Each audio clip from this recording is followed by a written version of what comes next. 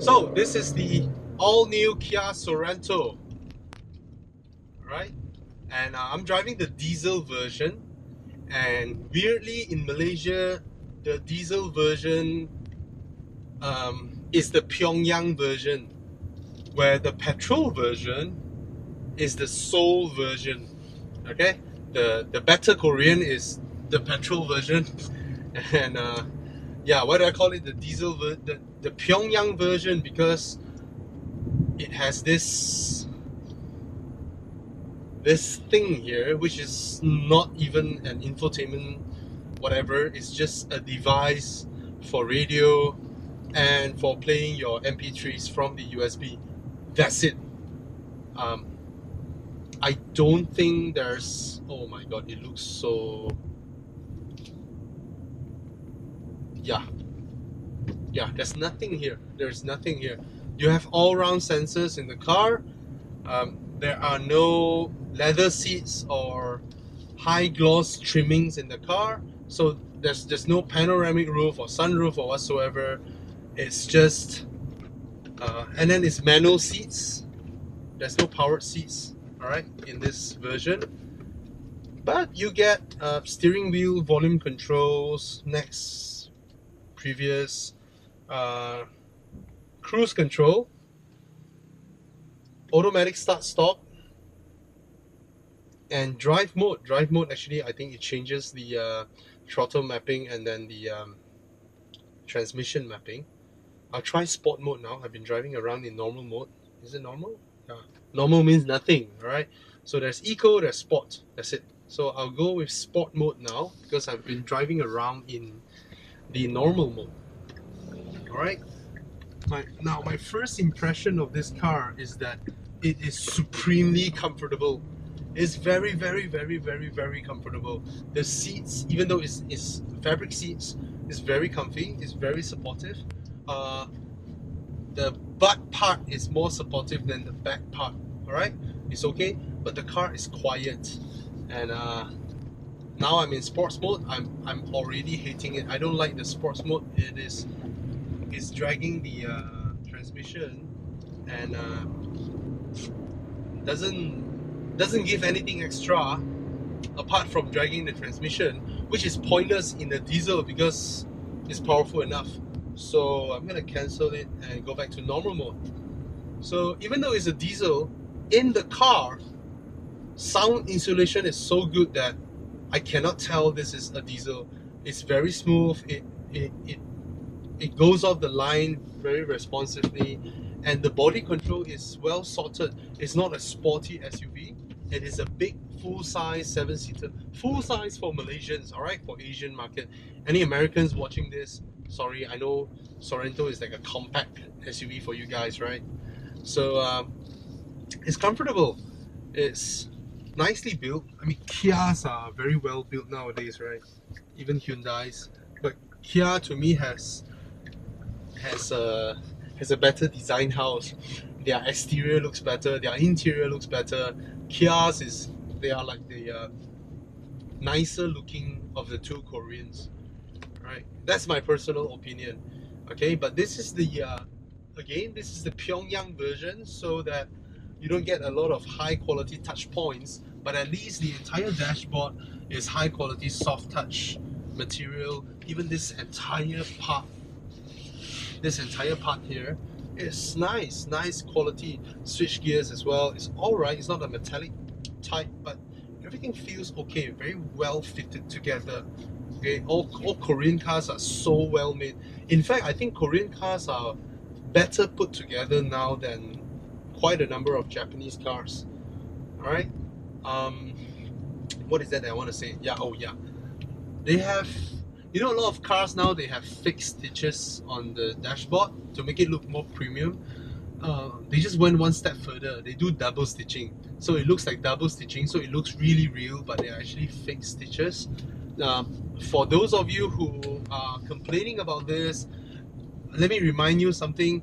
The pattern that we see on all cars are actually fake patterns to look like leather. Alright? So there's no offense in going one step further, right?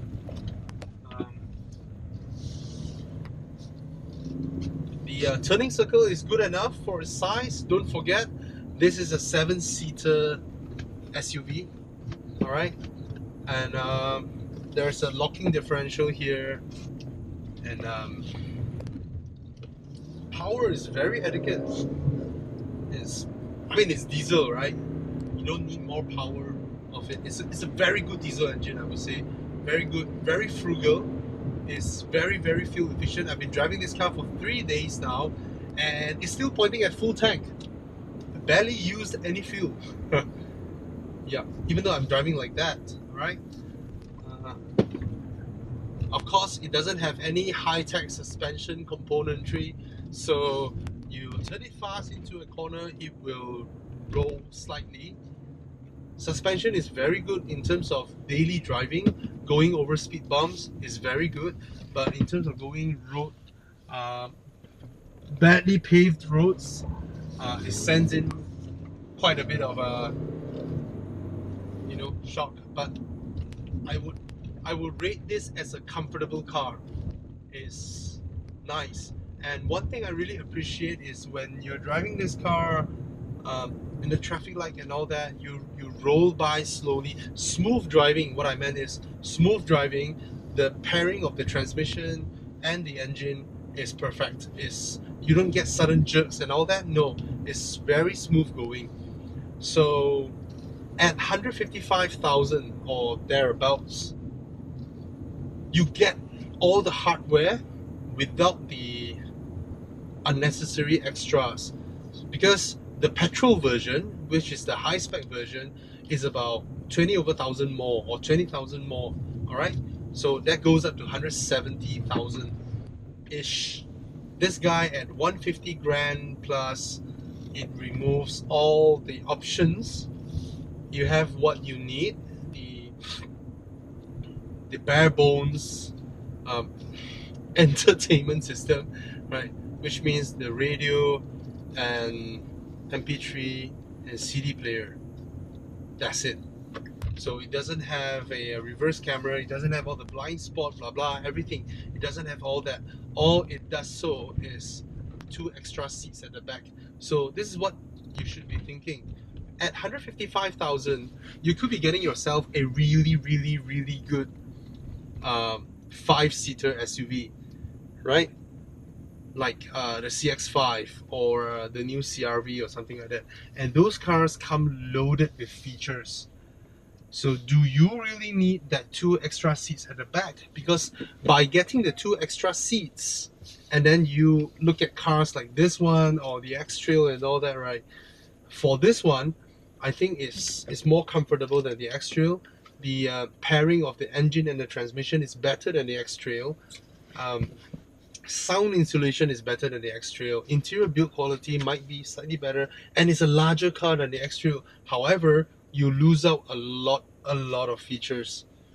What you get is just keyless entry, USB port, air conditioning, climate control, dual zone, single zone, dual zone, and a radio and MP3 player. But the entire car is still a high quality car. Alright, let's go around the interior and then the back and then the exterior. It has keyless entry. It has this info panel, a really, really small monochrome one. You don't get all the nice trimmings on the steering wheel, but you get the steering wheel control buttons, the what is that? Cruise control. You don't get pedal shifters. This is crap. This is radio and USB only, and of course CD player. Alright, dual zone climate control, USB ports here, 2 12-volt sockets, very nice cup holder, very handy, rubberized. And then what else you get? Let me see. A very big center console compartment here. Alright, this looks like it's rubberized, but actually it's not. But the pattern here helps to reduce noise, I would say. Very high quality plastics, actually, the Korean cars. It's carpeted in there, but that's about it. There are no ports or whatsoever inside. So, yep. Can I slide this? Nope. There's no it the other way around. See? This is when car designers, okay, they got it right. I can't slide it, alright, but it's big enough. The gear stock, some really cheap piano black plastics. So here you have the drive modes, which doesn't really do anything actually. This one, you press once, it goes into eco, where it upshifts faster, and then it goes into sport, where it upshifts slower. The most comfortable setting is the normal one. Don't touch this, alright? That's the start stop. You can disable it. That's to lock the differential when you need to go like really off-road, because most of the time this car should be front wheel drive. It will only activate when it needs to. Alright, that's a parking sensor. There are no reverse cameras here. Okay, a very it's decent plastic, but it's not padded in any way in there. Okay, you can lock it. This looks really basic as well. Chip panels down here, but it's a Kia, alright. So it's a little bit of garnishing. You know, they didn't go full Pyongyang, alright. There's a little bit of garnishing there. This one looks like metallic satin chrome, but actually it's painted. It's actually silver painted, like the early Lexuses. Actually, some of them are still like that. Alright, very high quality sun visors. I like this supplier where some of them they buy from this guy here. You have this lid, you know, to cover off extra glare that coming between two sun visors. And there's the mirror, and there's the lights on off here. This is a very cute design because there are no wires in there to sense whether you are which angle you're at. It's a very rudimentary method, very communist in fact. Look at this. This juts out, right? So when you close this, it snaps. This part will hit the off switch, and then you will off it. I'm not joking. It's designed that way. So this is that's the sunglass holder, very nicely padded in there, but it's a small holder, so your gigantic, huge Gucci aviators won't fit. Alright, I don't call them aviators, those are like Baja Hitam glasses. You know, a lot of ladies like it. Okay, let's go to the back. So the front there is my driving position, and it's very spacious behind here. Alright, very, very spacious. I get loads of knee room, loads of headroom, and I can do this. But this is no longer a big car novelty, right? Because I can do the same thing in a Honda Civic nowadays. Alright, you get a rear aircon vents. I would appreciate if it's a full-size SUV, right, to route the air conditioning here, because that adds to the premium factor. Very nice quality handles here.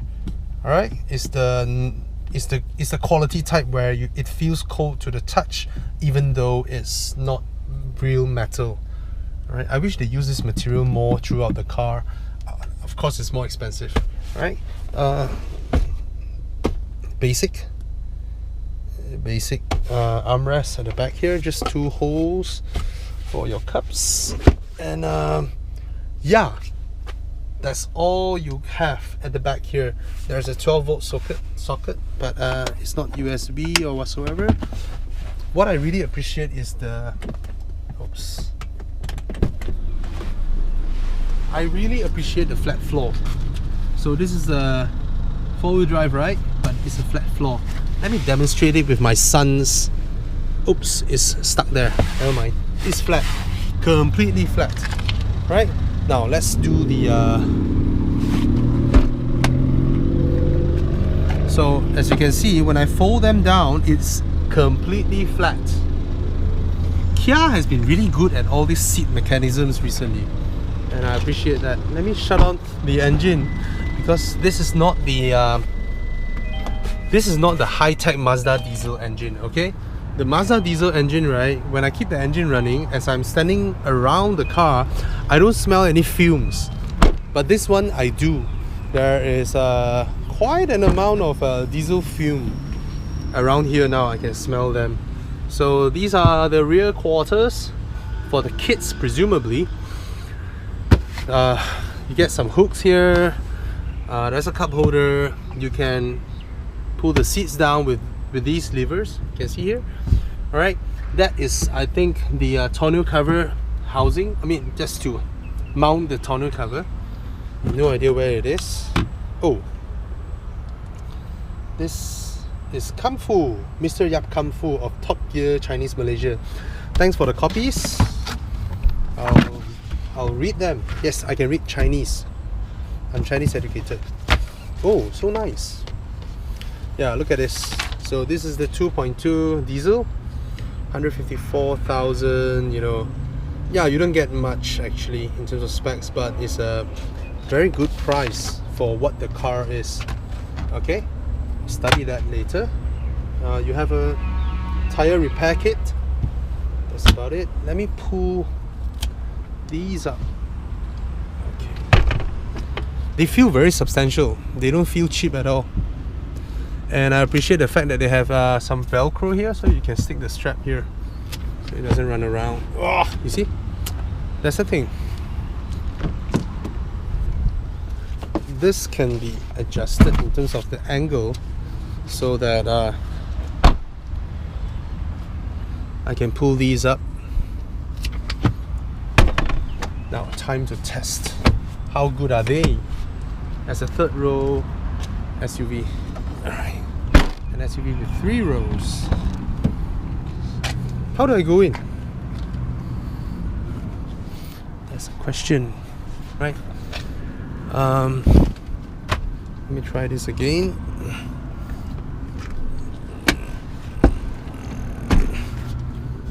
Is there a way to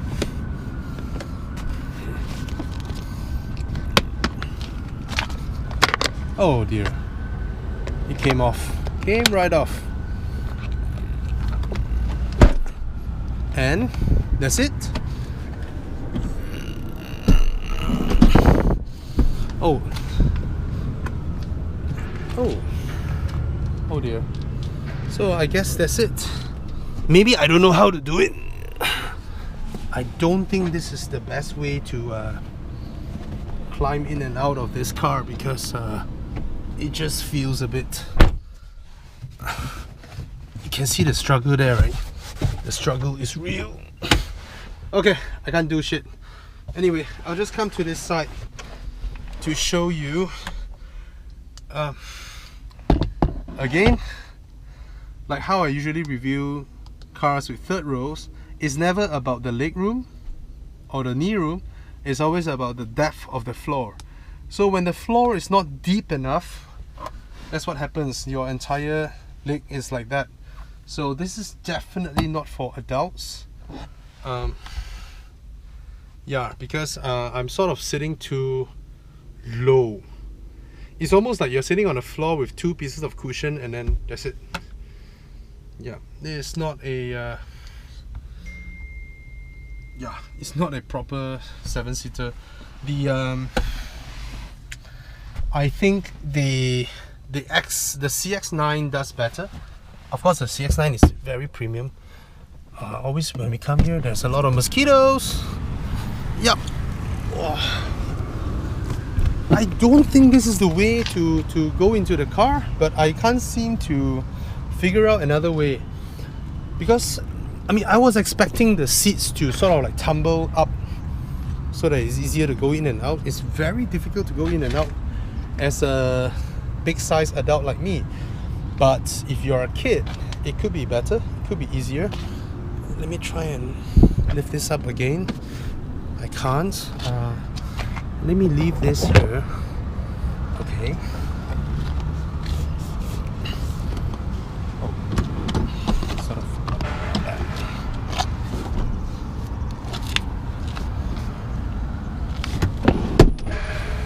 Okay. So you can move this. Okay. I can roll this to the front, but I can't really tumble this down. Or I can tumble this down and then I can't move the whole thing to the front. It's like 2 options, right?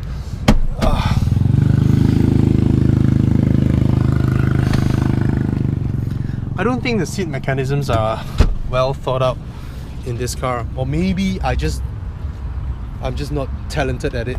Alright? So Anyway, we can continue on the exterior. It's a very good looking car from outside. It looks very premium, right? I like the grille design. I like everything about the exterior design actually. The clamshell bonnet, the fact that it doesn't have a line that runs across the front like most modern cars do, and it's good looking, well proportioned. The one thing I felt baffled with this car is the rear design, because this is how it looked like from the rear. If your memory is good enough, I'll put in a visual here. The old Sorento has a way better looking rear light cluster. It looks way more modern than this. This one looks very 2005, I would say. Alright, and of course this is the low spec, so it doesn't come with any form of sunroof or moonroof or whatever. Yep, that's the exterior. That's about it. Alright, see ya!